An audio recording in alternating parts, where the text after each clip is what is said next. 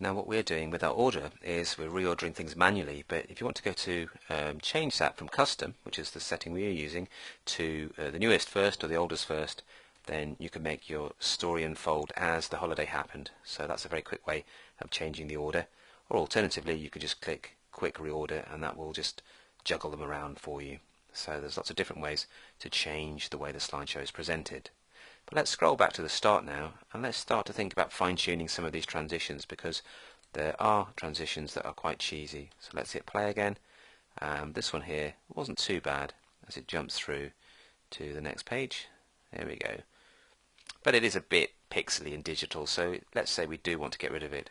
So to change that, what you do is select the transition and then click on this option here and choose something else.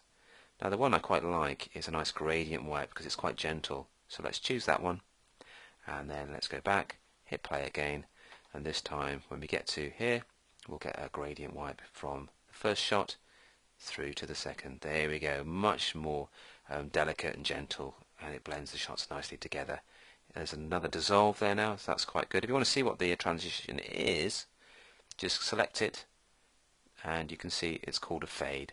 So I'd call that a dissolve from my video days, but that's called a fade in Photoshop. So fade is a good one as well. It's not too cheesy and it doesn't really date or distract from the photograph either. So it's a good idea to play through the whole slideshow and check out the cheesy transitions, replace them with something that's less offensive. I'm not going to do that in real time now because it would take ages and we'd run out of CD space, but what I'll show you now is how to add movement to shots like this, because this is a portrait shot. We've told Photoshop not to crop it or not to do a zoom or pan because we'd lose some important details there, but we can actually pan things manually or crop things manually too. If you just click on it, for example, you can zoom in to crop it so you can actually show the important areas yourself. So that is quite a useful tool if you do want to get rid of those black bars.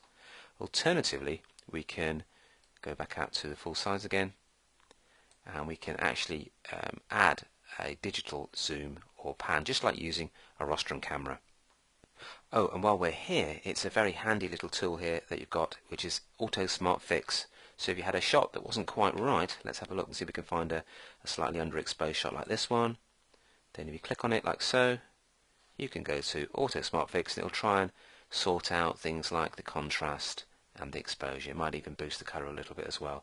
So it's trying to fix the photograph. Yes, definite improvement there. So you don't even need to edit the shots in Photoshop's organizer or the editor. You can wait right till the end here in your slideshow and fine-tune any problem slides. So let's just click outside of the image to deselect it, like so. And now we can actually go back to our shot at the beginning there. And instead of cropping this one, what we're going to do is do a digital pan.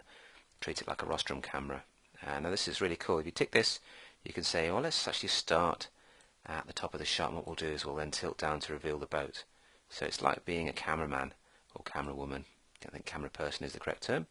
So let's start about there, and then click on end, and we can either zoom out to reveal the whole shot, or we can just tilt down and show the bottom of the boat like that, and we get rid of those bars at the side by doing this. Okay, something like that should do the trick.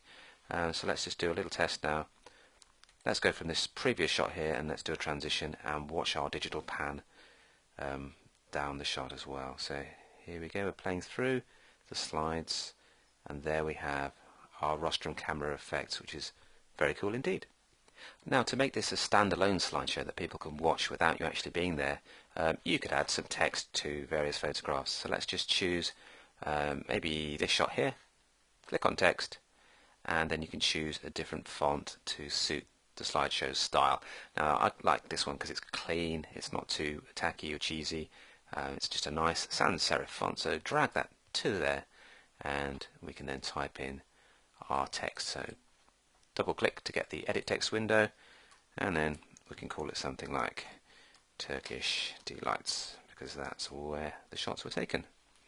You don't have a huge amount of control of the text in comparison to other text editors, but you can change the font and the size as well. So let's just change that down to about maybe 18. That's too small, of course, though bear in mind you could be watching this at full screen. This is quite a small monitor, so maybe take it up a little bit more to 24. I'm trying not to go out of the edge of the shot there because it look a bit messy if it's overlapping. So something like that should do just fine, and I can position that where I like, that it's actually easier to read at the top.